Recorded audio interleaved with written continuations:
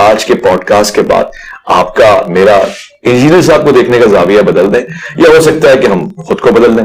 اب ایک نتیجے پہ آئیں گے. آج کے اس پروگرام میں خوش آمدید کرنا چاہتا ہوں انجینئر محمد علی مرزا کو. السلام علیکم ورحمۃ اللہ. جی وعلیکم السلام ورحمۃ اللہ وبرکاتہ. ولا حول ولا قوۃ الا باللہ.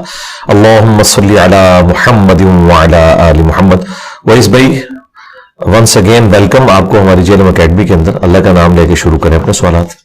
آپ کی محبت اور علم کی طلب ہمیں یہاں دوبارہ لے کر آئی ہے اور یہاں آ کے ہمیشہ سے ایک ایسی فضا ہمیں محسوس ہوئی ہے جس کو ہم کہہ سکتے ہیں کہ الحمدللہ یہ پاکستان ہے.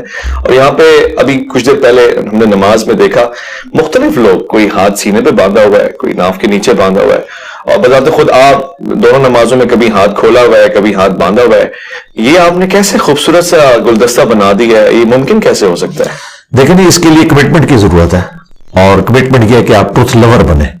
الحمدللہ ہم کتاب و سنت کے دلائل کی روشنی میں جس چیز کو درست سمجھتے ہیں اسے پریکٹیکلی ایگزیکیوٹ کرتے ہیں. یہ نہیں ہے کہ ہم صرف گفتار کے غازی ہیں, نہیں, ہم کردار کے بھی ہیں. اگر میں ببانگ دول یہ بات کرتا ہوں کہ اہل سنت کی کتابوں میں ہاتھ باندھ کے نماز پڑھنا بھی ثابت ہے اور ہاتھ چھوڑ کر بھی, تو میں الحمدللہ آلٹرنیٹیولی ایک نماز میں ہاتھ باندھتا ہوں, دوسرے میں ہاتھ چھوڑ کے نماز پڑھتا ہوں پریکٹیکلی, تاکہ میرے اندر کوئی اس طرح کی سختی نہ آئے کہ میں ایک خاص چیز کے ساتھ سٹک ہو جاؤں. اور اس کی وجہ سے جو دوسرے لوگ ہیں جو حق کے اوپر اپنے معاملات کو لے کر چل رہے ہیں کسی خاص معاملے میں ان کے بارے میں اپنے دل میں کوئی نفرت لے آؤں. خالی زبانی کلامی بات کرنا تو بڑا آسان ہے, لیکن پریکٹیکلی الحمدللہ میں اہل حدیث کی مسجد میں پہلی صف میں کھڑے ہو کر جمعے کی نماز میں بھی ہاتھ چھوڑ کے نماز پڑھتا ہوں. اور شیعہ کی مسجد میں اگر گیا تو میں نے ہاتھ باندھ کے بھی نماز پڑھی, ہاتھ کھول کے بھی پڑھی, تاکہ وہاں جا کے کوئی یہ نہ کہے کہ یہ ہاتھ باندھنے کو یہاں پہ چھوڑ دیا اس نے. نہیں, ہاتھ باندھ کے بھی پڑھی, ہاتھ چھوڑ کے بھی. اہل سنت کی مساجد میں بھی ہاتھ باندھ کے بھی ہاتھ چھوڑ کے بھی, تاکہ پریکٹیکلی میرے عمل سے یہ چیز واضح ہو کہ ہم قرآن و سنت کے دلائل کو لے کر چل رہے ہیں, کسی فرقے کو لے کے نہیں چل رہے. ماشاءاللہ جی. ویسے اس بات کو میں نے ضمناً کہا, ہمارا موضوع آج بڑا خاص ہے. ہم موت کے حوالے سے گفتگو کرنے کے خواہش مند ہیں. قرآن کہتا ہے امر ربی ہے. امر ربی کیا ہوتا ہے؟ موت ہے کیا؟ اور اصل میں موت کو کن الفاظ کے ساتھ وضاحت میں اتارا جائے؟ امر کا لفظ عربی میں حکم کے لیے استعمال ہوتا ہے. اللہ تعالیٰ کا حکم ہے, الذی خلق الموت والحیات لیبلوکم ایکم احسن عملا. اللہ نے موت اور زندگی کو اس لیے پیدا کیا تاکہ تمہاری جانچ کی جائے تم میں سے کون اچھے اعمال کرتا ہے. یہ مضمون سورۃ الملک میں بھی آیا, سورہ ہود کے اندر بھی آیا. اس سے ایک بات تو کلیئر ہوگی کہ موت اللہ کی مخلوق ہے, یہ اللہ نے کریٹ کی ہے, یہ کریشن ہے, یہ کوئی اللہ تعالیٰ کی صفت نہیں ہے بلکہ اللہ کی مخلوق ہے. یہ ہماری تو صفت ہو سکتی ہے کیونکہ اللہ کو تو موت نہیں ہے, وہ الحی القیوم ہے. اچھا, اب یہ اللہ تعالیٰ کا موت کو ایگزیکیوٹ کرنا کسی کے اوپر, یہ اس چیز کا اعلان ہے خالق اور مخلوق میں فرق کیا ہے. اچھا, ہاں جی. موت وہ چیز ہے جو آپ کو بتاتی ہے کہ خالق اور مخلوق میں فرق ہی ہے. میں ابھی توحید کے کانسیپٹ میں اسے ڈسکس کر رہا ہوں, فکر آخرت والا اینگل بالکل اس کا الگ ہے, وہ تو ایک الگ سے 1 گھنٹہ اس پہ بولا جا سکتا ہے. اصل میں اس کی تھیم پہ آ رہا ہوں کہ اللہ نے اپنے اور مخلوق میں فرق بتایا موت کا. اسی لیے اللہ تعالیٰ فرماتا ہے سورۃ المائدہ میں, لقد کفر الذین قالوا ان اللہ هو المسیح ابن مریم. بے شک وہ لوگ کھلا کفر کر رہے ہیں جو کہہ رہے ہیں کہ عیسیٰ ابن مریم اللہ ہی عیسیٰ ابن مریم ہے. اس کے جواب میں اللہ تعالیٰ نے نبی اسلام کو کہا ہے کہ ان سے کہو قل فمن یملک من اللہ شیئا, اے نبی ان سے فرماؤ کہ اللہ کا کوئی کیا بگاڑ لے گا اگر اللہ ارادہ کرے عیسیٰ کو اور اس کی ماں کو اور جتنی مخلوق ہے اس کو ہلاک کر دے. وہاں غصہ ہے کہ موت کا لفظ بھی نہیں استعمال کیا, ہلاک. تو ہمارے نبی اسلام کے لیے ہے قل ارأیتم ان اہلکنی اللہ ومن معی او رحمنا فمن یجیر الکافرین من عذاب علیم. اے نبی تم فرماؤ کہ اگر اللہ تعالیٰ مجھے اور میرے ساتھیوں کو ہلاک کر دے یا ہم پہ رحم فرمائے. کافر کس زون کے اندر ہے؟ ہم تو اپنی جانوں کے حوالے سے بھی کسی کے یعنی محتاج ہیں. بخاری مسلم میں حدیث ہے, اکثر حدیث میں قسم ہے اس ذات کی جس کے قبضے قدرت میں میری جان ہے. اس کے بعد نبی اسلام ارشاد فرماتے ہیں کہ میری خواہش ہے کہ میں اللہ کی راہ میں قتل کیا جاؤں, پھر زندہ کیا جاؤں, پھر قتل کیا جاؤں, پھر زندہ کیا جاؤں, پھر قتل کیا جاؤں, پھر زندہ کیا جاؤں, پھر قتل کیا جاؤں. یعنی نبی اسلام نے اپنے اوپر بار بار موت کو طاری کرنا اس اللہ کے لیے مر مٹنے کو پریزنٹ کیا توحید کے لیے. پھر نبی اسلام کے بارے میں قرآن میں ہے قل ان صلاتی वनुसुकी व महयाया व ममाती लिल्लाहि रब्बिल आलमीन। ए नबी तुम फरमाओ बेशक मेरी नमाज, मेरी कुर्बानी, मेरा जीना, मेरा मरना अल्लाह के लिए। ये मैं रसूलुल्लाह को सेंटर्ड करके आपको मौत का कंसेप्ट समझा रहा हूं तो बाबे से शाही कोई नहीं। अल्लाह। हाँ, जो कहते हैं अब्दुल कादिर जिलानी ने इजराइल को रूह खोली, ओ नहीं है भाई खुदा के लिए, ये अल्लाह ताला के पास इख्तियार है, वो मलकुल मौत के जरिए मौत को तारी करता है। तो मौत डिफरेंस है खालिक और मखलूक का। ठीक है। और ये तलवार अल्लाह ने लटकाई इसलिए कि ताकि इंसान को ये बताया जाए कि तुम्हें किसी ने पैदा किया है, तुमने मर के उसके पास जाना है और उसके हुजूर अकाउंटेबल होना है। उस दिन से पहले पहले तैयारी कर लो। और नूरुन अला नूर करते हुए अल्लाह ताला ने पैगंबरों और किताबों के जरिए इंसानियत की रहनुमाई भी फरमा दी कि कोई शख्स अगर कहे कि मुझे तो समझ नहीं आई उस अखलाकी हिस्स के सबब जो मेरे अंदर मौजूद थी, पैगंबरों की तालीमात के बगैर मेरे अंदर ये अखलाकी हिस्सा है कि हर इंसान झूठ को बुरा समझता है, सच को अच्छा समझता है, जब तक उसे कोई परवर्टेड ना करे। किसी के साथ खैर ख्वाही को अच्छा समझता है, बुराई को बुरा समझता है। हॉलीवुड के फिल्म के एंड के ऊपर भी सच की हीरो की जीत क्यों दिखाई जाती है? हमारी इंस्टिंक्ट में। अंबिया की तालीमात के बगैर भी वो अखलाकी हिस्स जो अल्लाह ताला ने हर इंसान में रखी है, इंसान अकाउंटेबल है कि अल्लाह ताला उसे पूछ सकता है कि तूने मेरे तक पहुंचने की कोशिश क्यों नहीं की। लेकिन अल्लाह ताला ने इसमें भी तुर्रा ये कि नूरुन अला नूर किया है, जो सूरह नूर के अंदर है, नूरुन अला नूर। एक हमारी अखलाकी हिस्स का नूर और दूसरा वही का नूर, ठीक है, जो अंबिया के जरिए अल्लाह तबारक व तआला ने हम तक बात पहुंचाई कि हम अल्लाह ताला के हुजूर अकाउंटेबल हैं। और ये तलवार जो लटक रही है ना, ये इंसान का किबला दुरुस्त रखती है।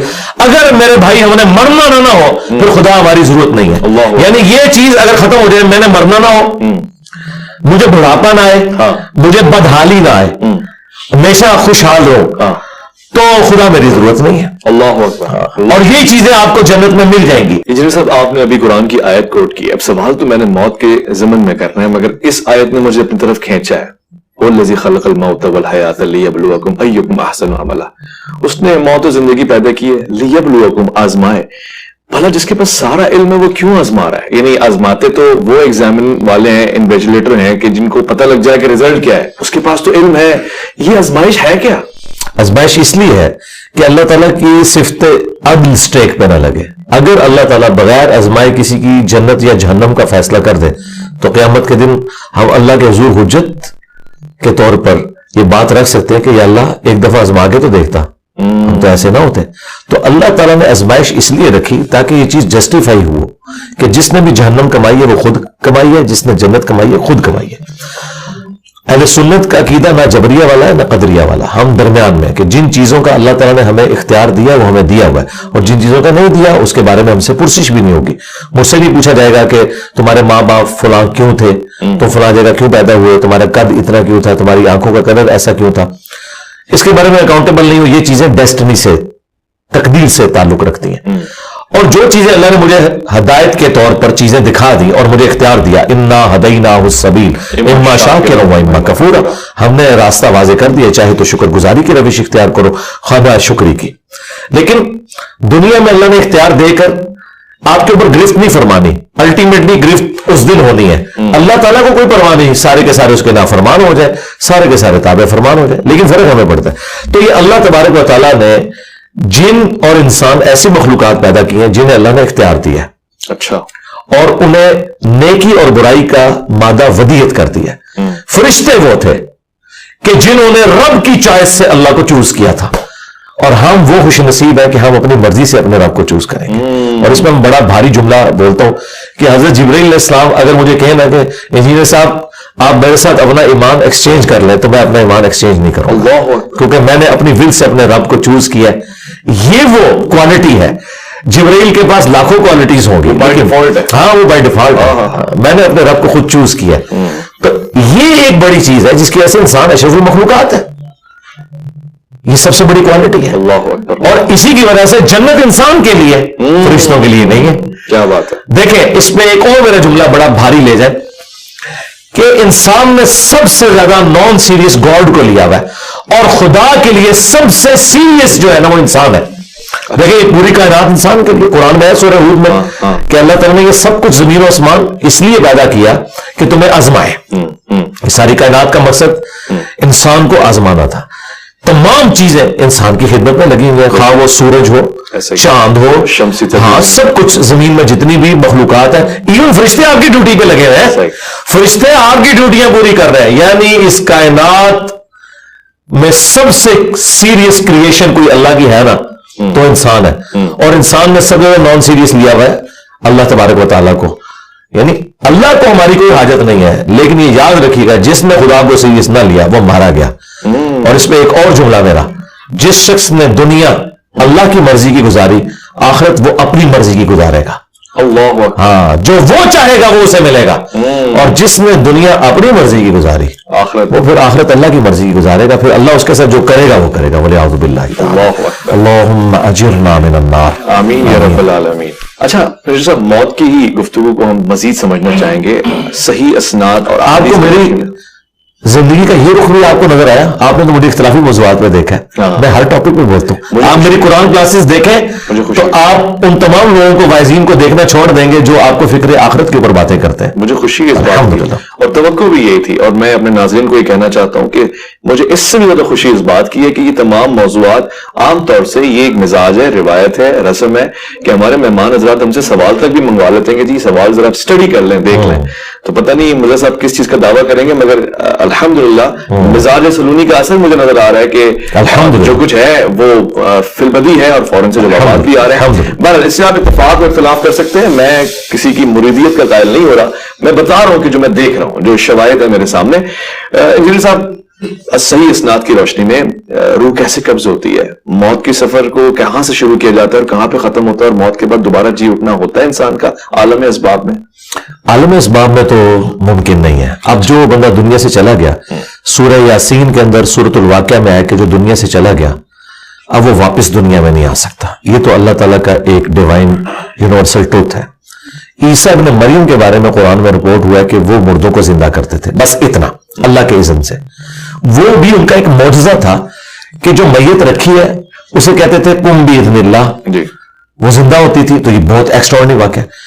फिर वो लोगों से कहते थे बताओ इसको मेरे बारे में कि मैं कौन हूं, तो वो मैयत गवाही देती थी कि ये अल्लाह के रसूल है। फिर वो दोबारा मौत की हालत में वापस चली जाती थी।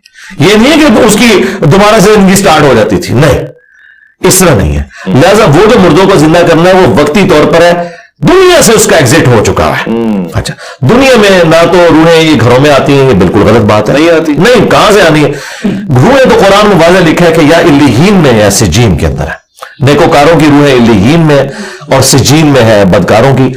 हाँ, आपकी कब्र या आलम बरज़ख, खा वो शेर का पेट हो या हवा में राख का बिखरना हो, एयर क्रैश में या समुद्र में गर्क होना हो, या मट्टी की ढेरी के अंदर हो, ये तमाम आलम बरज़ख है।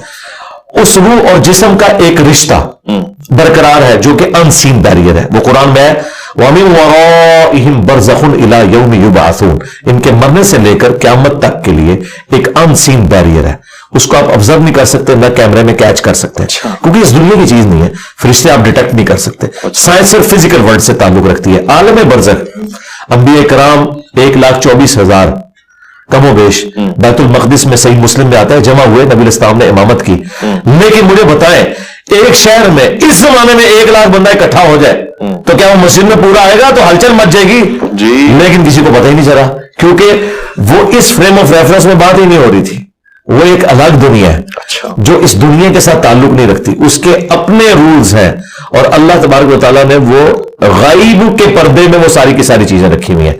यहां पे भी रूह के बारे में सूरह बनी इसराइल में आया कि नबी तुमसे रूह के बारे में पूछते हैं, तुम फरमाओ ये अल्लाह का अम्र है, और तुम्हें तो इल्म नहीं दिया गया मगर कलील।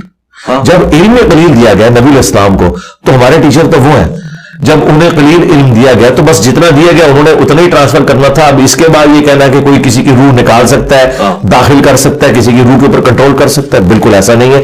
और रूह जो दुनिया से चली गई वो चली गई।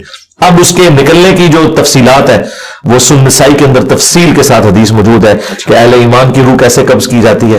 बुखारी में हदीस है कि अल्लाह ताला फरमाता है कि मुझे किसी काम में कोई तरद्दुद नहीं होता सवाए एक काम के कि जब मुझे मोमिन की रूह कब्ज करनी होती है। अच्छा, अब अल्लाह ताला को भी तरद्दुद है, अल्लाह को भी तरद्दुद है। क्यों?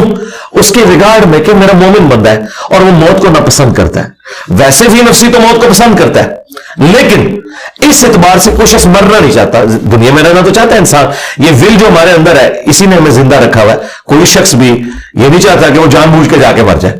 وہ چاہتا ہے کہ مومن بھی چاہتا ہے کہ میں زیادہ عرصہ دنیا میں گزاروں, اللہ کو رسپانس کروں, زیادہ اپنے لیے ذخیرہ آخرت اکٹھا کروں. اور پھر کوئی بھی نہیں چاہتا کہ اپنے بیوی بچوں کو اس طریقے سے چھوڑ کے چلا جائے. تو اللہ تعالیٰ ماتا ہے اعتراض ہے, شہید تو چاہتا ہے کہ وہ شہید ہو جائے, مطلب شہادت کی آرزو لے کے لوگ میدان میں اترتے ہیں نا. جی شہید تو چاہتے ہیں, بالکل. موت اس لیے گلے لگاتے ہیں کہ موت آنی ہے, اس لیے نہیں کہ وہ جا کے تو خود کافر کو کہتے ہیں کہ یہ میں کھڑا ہوں تو آگے مجھے تلوار مار دے. یہ نہیں, موت تو آنی ہے. ایگزٹ تو ہر بندے کا دنیا سے ہے, تو جب ایگزٹ ہے تو شہادت کے ذریعے ہو. یہ نہیں کہ خودکشی کرنی ہے آپ نے, خودکشی اور شہادت میں آپ نے فرق رکھنا ہے. تو موت تو آنی ہے, تو خواہش ہونی چاہیے کہ میں شہادت کی موت مروں, لیکن یہ خواہش نہیں ہے کہ میں جو فوراً مر جاؤں اور کوئی نیک اعمال نہ کر سکوں. ہاں دین کو جب میری ضرورت پڑے تو پھر میری پہلی پرائورٹی وہی ہے. جس طرح حسین ابن علی حج کے دنوں میں کربلا چلے گئے تھے اس لیے کہ وہ سمجھتے تھے کہ اس وقت اس چیز کی ضرورت ہے. ٹھیک ہے, اور باقی جو حج آج تک سلامت ہے وہ حسین ابن علی کی بدولت ہے. ہاں اچھا, صلاح الدین ایوبی نے حج نہیں کیا ہوا کیونکہ وہ اس سے بڑی پوسٹ کے لیے کام کر رہے تھے. تو یہ اب دیکھنے کی ضرورت ہے. کیا ہوا ہے حج؟ جی میں نے الحمدللہ کیا 2007 میں. کوئی تصویر ہم نے آج تک دیکھی نہیں ہے اس لیے پوچھ رہا ہوں. نہ عمرے کی نہ حج کی. لوگ تو کہتے ہیں جی جاتے بھی ہیں, جہلم سے باہر نکلتے ہیں اکیڈمی سے کہ نہیں. میں نے تصویر بنا کے کیا کرنا ہے, میں تو میرے بھائی نماز پڑھتا ہوں 5 وقت, تو میں نے اپنے نام کے ساتھ کبھی نمازی بھی نہیں لکھا, تو میں نے حاجی بھی نہیں لکھا, حج بھی کیا ہے, عمرے بھی نہیں. کتابیں ملی وہ تو میں سلوگن کے طور پہ بات کرتا ہوں. اچھا اس طرح واپس آئے کہ وہ اللہ تعالیٰ فرماتا ہے کہ مجھے تردد ہوتا ہے جب مومن کی روح قبض کرنی ہے, کیونکہ موت کو تو ناپسند ہر بندہ کرتا ہے. یہ میں اب تک نہیں سمجھ پا رہا, میری ہیلپ فرمائے. اللہ کو تردد یعنی وہ تو نفس مطمئنہ کو قرآن میں پکار رہا ہے, آپ کہہ رہے ہیں کہ ہاں وہ اگلی سٹیج ہے نا, یہ اس سے پچھلے والی سٹیج ہے. اچھا تردد ہوتا ہے, پھر اس تردد کو دور کیسے کیا جاتا ہے. تردد اللہ تعالیٰ کو اس اعتبار سے کہ میں نے اب مومن کو راضی کیسے کرنا ہے کو میرے پاس آئے.